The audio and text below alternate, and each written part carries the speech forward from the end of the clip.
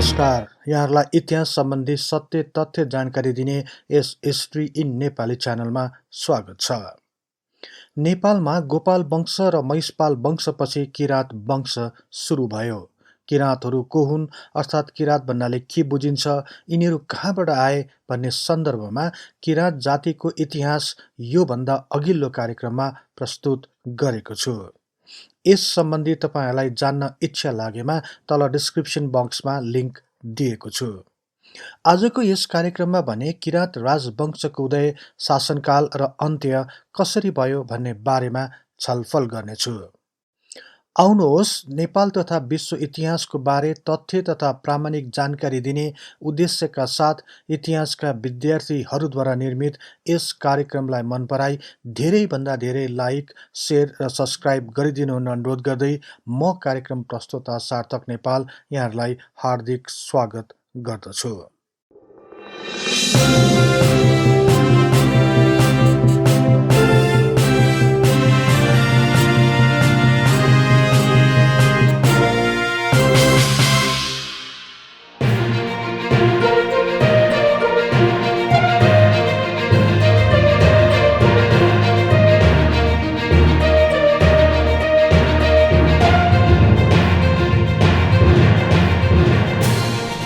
नेपालमा गोपाल महिषपाल पछि किराँतीहरूले राज्य चलाएका थिए भन्ने सन्दर्भमा सबै इतिहासकारहरू सहमत भएका छन्।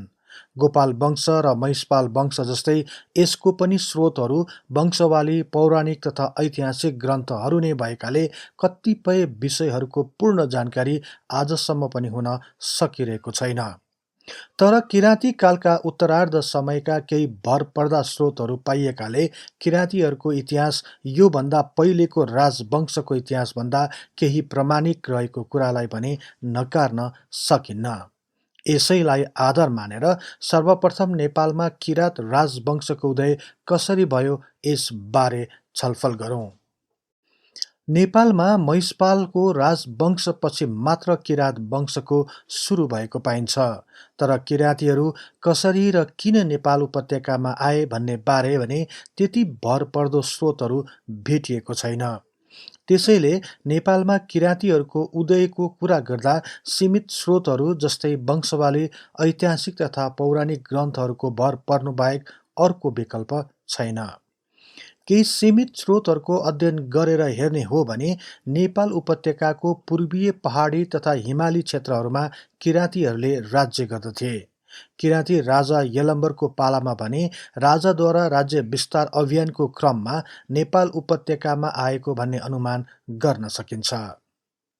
नेपालको पहिलो इतिहास लेखक विलियम कर्कप्याट्रिकको वंशावली अनुसार नेपाल उपत्यकामा महिषपाल वंशका अन्तिम राजा भुवन सिंहलाई उपत्यकाको पूर्वी सीमादेखि दुधकोशी र देवाध्वांस प्रदेशसम्म किराँत सेना एकत्रित गरी किराँत सरदार यलम्बरले सबै जातिमाथि विजय प्राप्त गरी नेपालमा किराँत वंशको जग बसालेका थिए भनेका छन्। भाषा तथा राइट वंशावलीका अनुसार पनि म्लेच्छ जातिका किराँतीहरू पूर्वी देशबाट महाप्रतापसम्म आई महिषपाल वंशका राजा भुवन सिंहसँग युद्ध गरी उनलाई पराजित गरेर राजा यलम्बरले नेपालमा किराँत राज परम्पराको सूत्रपात गरेका थिए भनी लेखेका छन्। गोपाल राजवंशावली अनुसार पनि तामाकोशी र सुनकोशी बीचको भूभागमा अवस्थित रहेको राज्यका किराँतहरूले नेपालका शासक महिषपाल जातिलाई जितेर किराँत राज्यको आरम्भ भएको थियो भनेर जनाएको छ। त्यसैले यी स्रोतहरूलाई मान्ने हो भने किराँतहरू तत्कालीन नेपाल राज्यको पूर्वी इलाकाबाट आएको र महिषपाल वंशीय राजालाई पराजित गरी किराँत राजवंशको सूत्रपात गरेको भन्ने कुरा स्पष्ट हुन्छ। तर यदि किराँत इतिहासलाई केलाउने हो भने किराँत राज्यका राजा यलम्बर भन्दा पहिलेका राजाहरू को थिए, कसरी राज्य शासन गर्दथे आदि बारे त्यति प्रामाणिक स्रोतहरू भने पाइएको छैन। त्यसैले अचानक यलम्बरले नेपाल उपत्यकाका राजा महिषपालमाथि आक्रमण गरी पराजित गरेका थिए भन्ने विषय पनि अपुरो र असान्दर्भिक हुन जान्छ। त्यसैले एक भिन्न कालखण्डमा गौरवशाली इतिहास बोकेको किराँत जातिको इतिहासको खोजी गर्नुपर्ने हुन्छ। यसै सन्दर्भलाई पनि विभिन्न इतिहासकारहरू तथा लेखकहरूले नलेखेका भने अवश्य होइनन्, तर पनि अनुसन्धान तथा खोजहरू धेरै सीमित रहेको पाइएको छ। कतिपय लेखक तथा इतिहासकारहरूको भनाइलाई आधार मान्ने हो भने किराँतहरू उपत्यकामा पनि गोपाल वंशभन्दा धेरै पहिलेदेखि नै रहिआएका थिए। यसै विषयलाई प्रकाश पार्दै प्राचीन भारतमा किराँतहरू नामक पुस्तकका लेखक जी.पी. सिंहले किराँतहरू नै नेपाल उपत्यकाका पहिलो बासिन्दाहरू थिए भनी लेखेका छन्। त्यस्तै टोनी हेगनका अनुसार तत्कालीन नेपाल अर्थात् काठमाडौँ उपत्यकामा सबैभन्दा पहिलो बसोबास गर्ने जाति नै किराँतहरू हुन्। अझ योभन्दा एक कदम अघि बढ्दै डाक्टर स्वामी प्रपन्नाचार्य लेख्छन्, शाहवंशीय राजाहरू बाहेक लिच्छवी र मल्ल पनि किराँतका विभिन्न शाखा मध्येका राजाहरू हुन्। अझ एउटा महत्त्वपूर्ण कुरा त के हुन सक्छ भने प्राचीन हिन्दू धर्म ग्रन्थले पनि किराँतीहरूलाई अनार्य मान्दै आएको र गोपाल वंशभन्दा पहिले उपत्यकामा नाग वंशहरू थिए भनिएको सन्दर्भमा कतै यही नागहरू पनि किराँतीहरूकै शाखा थिए कि भन्ने विषयलाई पनि एक तर्कको रूपमा प्रस्तुत गर्न सकिन्छ। यसपछि पौराणिक ग्रन्थको सन्दर्भलाई उल्लेख गर्ने हो भने पनि श्रीकृष्ण आई हिन्दू धर्मको विस्तार गरेको हुन सक्छ र यही नाग वंशलाई हिन्दू धर्ममा परिवर्तन गरिएपछि गोपाल या महिषपालको नामकरण गरिएको हुन सक्छ भन्ने अर्को तर्क पनि प्रस्तुत गर्न सकिन्छ। यही सन्दर्भलाई उल्लेख गर्दै पूर्वीय इतिहासविद सिल्वा लेवीले पनि नेपालमा यलम्बर पूर्वका गोपाल र महिषपाल वंशी राजाहरू पनि किराँतै हुन् भनी लेखेका छन्। यसरी हेर्ने हो भने पनि किराँतहरूको अस्तित्व प्राचीन कालदेखि नै रहिआएको देखिन्छ। तर किराँतीहरू उपत्यकामा नै थिए अथवा उपत्यका बाहिरबाट आए भन्ने भनाइमा भने विभिन्न मतहरू प्रस्तुत भएकाले यो सन्दर्भमा कुनै निश्चित बिन्दुमा पुग्न भने सकिएको छैन। यसकारण अहिलेसम्मको खोज तथा अनुसन्धानबाट किराँतीहरूले शासन गरेको कुरा स्वीकार गरे पनि किराँती कसरी उपत्यकामा आएर किराँत राजवंशको सूत्रपात गरे भन्ने विषयमा भने अझै अध्ययन तथा अनुसन्धानको खाँचो रहेको छ। किराँतहरूले महिषपाल वंशीय राजालाई पराजित गरेर होस् या महिषपाल वंशीय राजाकै उत्तराधिकारीको रूपमा होस्, नेपालमा यलम्बरद्वारा नै किराँत राजवंशको सुरुवात भयो भन्ने कुरामा भने इतिहासकारहरू सहमत भएको देखिन्छ। यसरी यलम्बरबाट सुरु भएको किराँती राजाहरूको क्रम कहिलेसम्म रह्यो र कुन कुन राजाले कति वर्षसम्म राजकाज गरे, यस विषयमा चर्चा गरौँ। नेपालमा किराँती राजवंशको थालनी भएपछि विभिन्न किराँती राजाहरूले राज्य गरेको कुराहरू विभिन्न स्रोतहरूमा उल्लेख भएको पाइन्छ। तर ती राजाहरूले कति वर्षसम्म राज्य गरे भन्ने सन्दर्भमा भने एक रूपता देखिँदैन।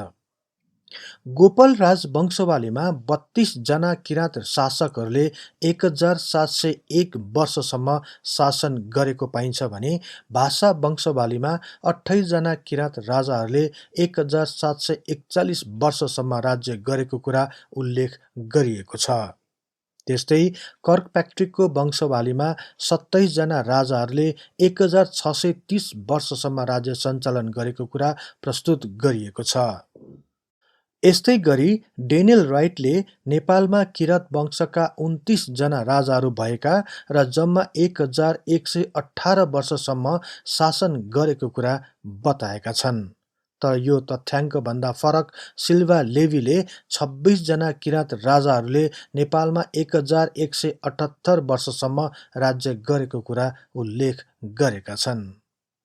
तर तुलसीराम वैद्यका अनुसार किराँतकाल 1336 ईसा पूर्व सुरु भएर 536 ईसा पूर्वमा अन्त्य भएको उल्लेख गरेका छन्।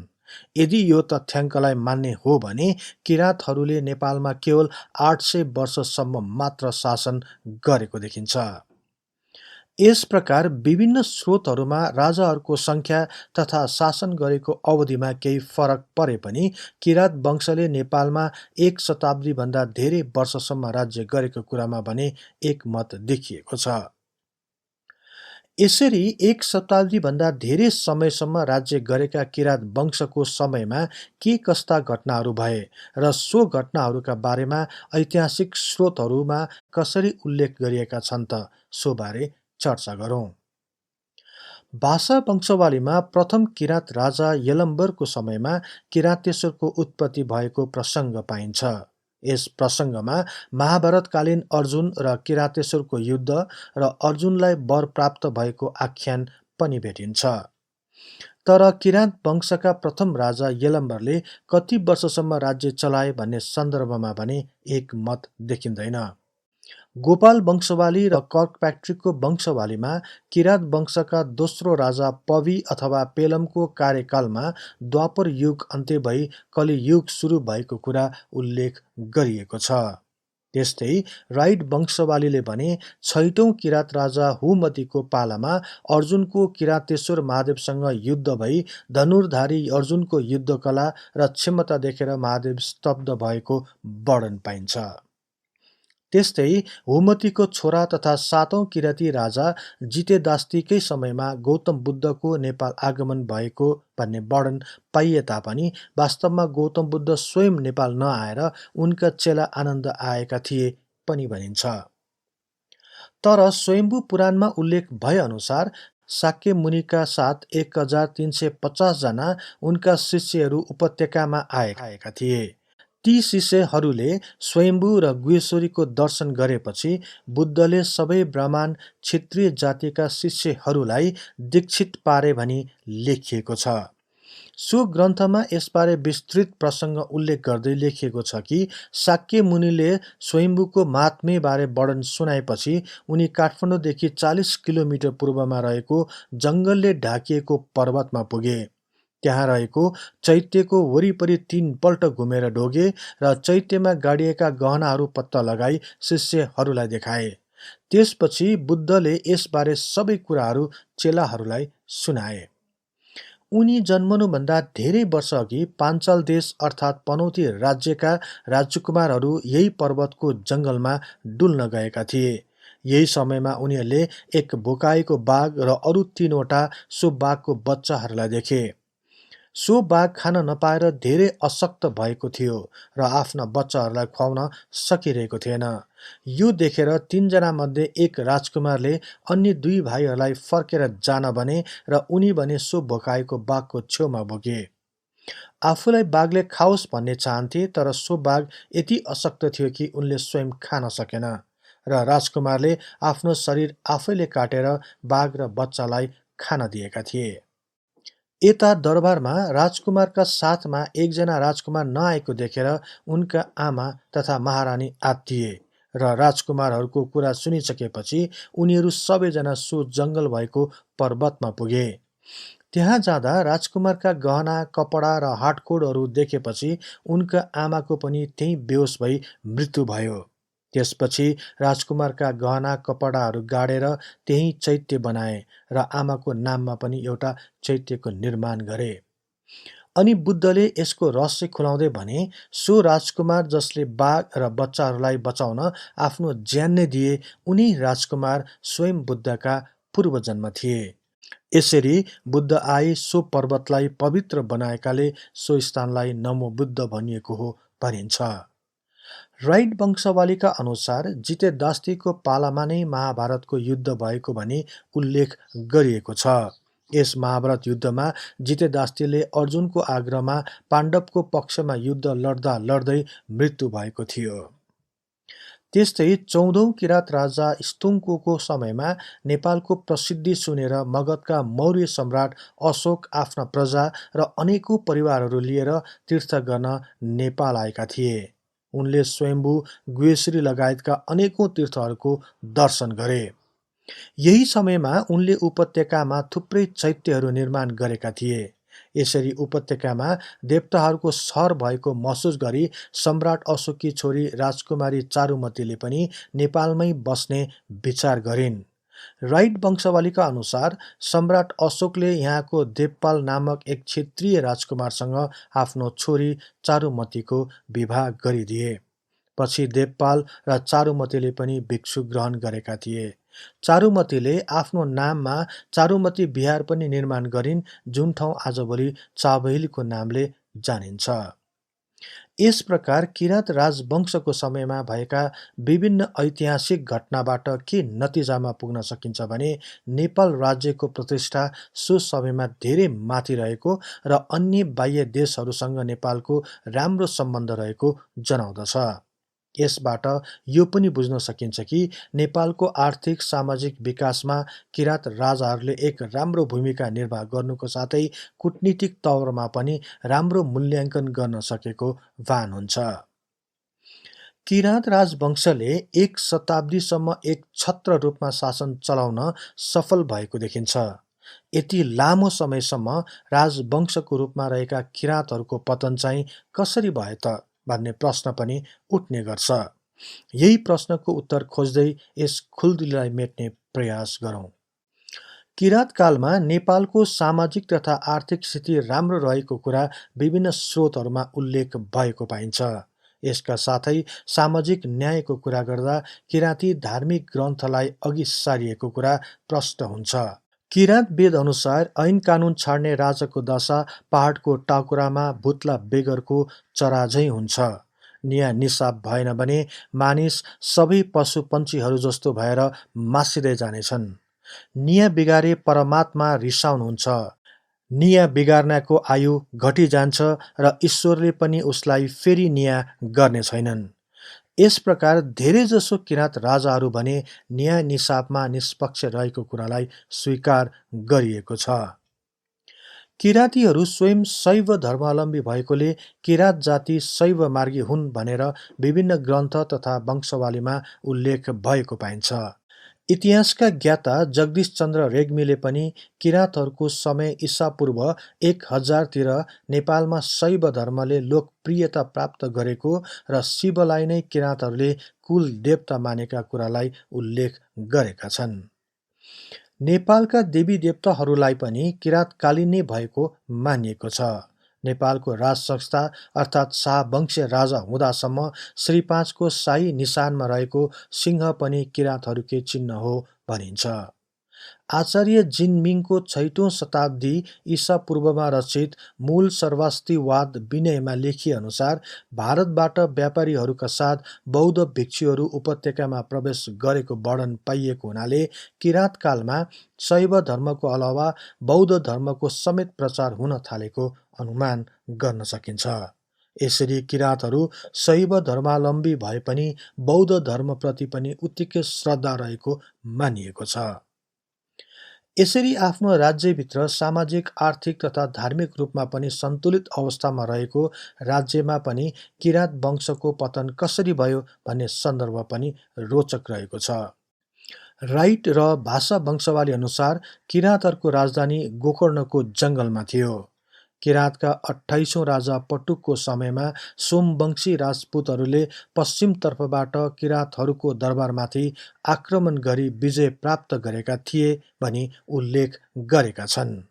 राजधानी सार्न बाध्य भए पनि राज्य भने गुमाएका थिएनन् भन्दै किराँतहरूले गोकर्णदेखि 4 कोस दक्षिणतर्फको शङ्खमूल तीर्थमा नयाँ दरबार निर्माण गरी बसेका थिए भनिएको छ। तर उनका छोरा गस्ती अर्थात् 29औं किराँत राजाको समयमा भने किराँतहरू सोमवंशी शासकहरूबाट पराजित भए। यसका साथै भाषा वंशावली अनुसार किराँत वंशका अन्तिम 28औं किराँत राजा गलिजमाथि बाह्य आक्रमण भएको प्रसङ्ग भेटिन्छ। गोपाल राजवंशावलीले चाहिँ खिगुलाई अन्तिम शासक देखाएको छ। यसरी विभिन्न स्रोतहरूले किराँतहरू पतन हुनुको कारण आन्तरिक नभएर बाह्य आक्रमण भएको कुरालाई विशेष जोड दिएको छ। तर पाटनको एक प्रचलित किम्वदन्तीले भने सो मतप्रति विमति जनाउँदै भिन्न तर्क प्रस्तुत गरेको छ। सो किम्वदन्ती अनुसार किराँतहरूको पतनको कारण आन्तरिक जनविद्रोह नै भएको कुरा स्पष्ट पारिएको छ। किराँत राजवंशकालमा भएको कठोर शासनले गर्दा जनताहरूले आफ्नो प्राणको सुरक्षा नहुने देखेर जनविद्रोहको लागि तयार गर्दै थिए। यही विद्रोहमा पटुको डोमा बसेका राजा र राजाका समर्थकहरूसँग भिडन्त भयो। यो भिडन्तमा करिब 800 जना किराँतहरू मारिए र किराँत राजाहरू भाग्न बाध्य पारिए भन्ने प्रसङ्ग उल्लेख गरिएको छ। यसरी 800 जना मारिएको सो स्थानलाई नेवारी भाषामा च्यास भनिँदै आएको जनाइएको छ। यो प्रसङ्ग तथ्य ऐतिहासिक स्रोत नभए पनि धेरै विद्वानहरू यही घटनालाई मानेर किराँत शासनको अन्त्य हुनुको कारण बाह्य नभई आन्तरिक नै थियो भन्ने तर्कप्रति सहमत भएका छन्। तर पनि धेरै वंशवाली र ऐतिहासिक स्रोतहरूमा भने किराँतहरूको अन्त्य बाह्य कारणबाटै भएको भन्ने तर्कलाई विशेष जोड दिएको पाइन्छ। राइट वंशवालीमा पनि किराँतका अन्तिम राजा गस्तीलाई सोमवंशी शासकहरूबाट पराजित गरिएको उल्लेख गरिएको छ। त्यस्तै इतिहासकार द्वय प्रेमबहादुर माबोहाङ र भूपेन्द्रनाथ शर्माको प्रसङ्गलाई उल्लेख गर्दै राजकुमार राईले आफ्नो पुस्तक नेपालको किराँत इतिहासमा अलि भिन्न तर्क प्रस्तुत गरेका छन्। उनका अनुसार पाल्पामा राजद्रोह हुने क्रममा पाल्पाका राजा धर्मसिन्धुले नेपालका किराँत राजा योक्नेहाङसँग सैनिक सहयोग मागेका थिए। यस क्रममा राजा योक्नेहाङले आफूसँग भएको 2/3 सैनिकहरू मद्दतको लागि पाल्पा पठाए। यही मौकामा मुजफ्फरपुरका लिच्छवी राजा भूमि वर्माले नेपाल उपत्यकामा आक्रमण गरेका थिए। बागमती र विष्णुवती दोभानमा 12 दिनसम्म भएको यो युद्धमा दुवैतर्फका सयौं सेनाहरू मारिए। अन्ततः कम सैनिकका कारण किराँतीहरूको हार भयो र राजा योक्नेहाङले बचेका सेनाहरू लिएर बनेपातिर गई यतै राजधानी बनाए। राजा योक्नेहाङको मृत्यु पनि बनेपामा नै भयो।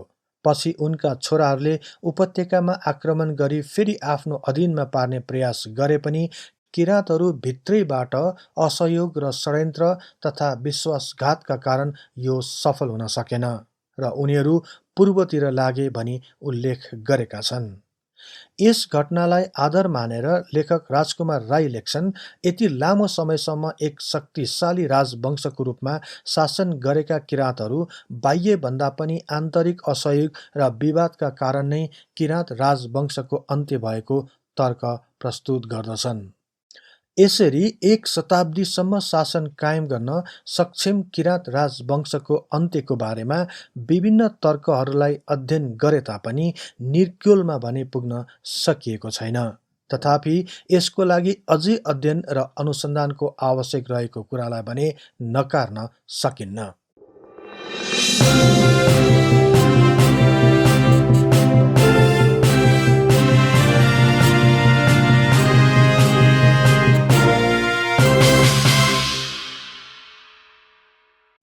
यहाँहरूलाई यो कार्यक्रम कस्तो लाग्यो कृपया कमेन्ट बक्समा लेखी पठाउनुहोला। यस्तै तथ्य इतिहासको लागि हिस्ट्री इन नेपाली च्यानललाई सदैव सम्झनुहोस्। इतिहासको कुनै पनि कालखण्डबारे तपाईँलाई सुन्न र बुझ्न चाहना राख्नु भएको छ भने तल रहेको कमेन्ट बक्समा उल्लेख गर्नुहोस्। हामी सोबारे प्राथमिकताका साथ कार्यक्रम बनाउने नै छौँ। जाँदा जाँदै यस च्यानललाई लाइक, सेयर र सब्सक्राइब गर्दै बेल आइकनमा क्लिक गरी हाम्रो यो तथ्य इतिहासको बारेमा ज्ञान प्रसार गर्ने लक्ष्यलाई साथ दिनुहोस् भन्दै अर्को कार्यक्रममा फेरि भेट्ने बाचा गर्दै म सार्थक नेपाल बिदा हुन्छु। हवस् त, नमस्कार।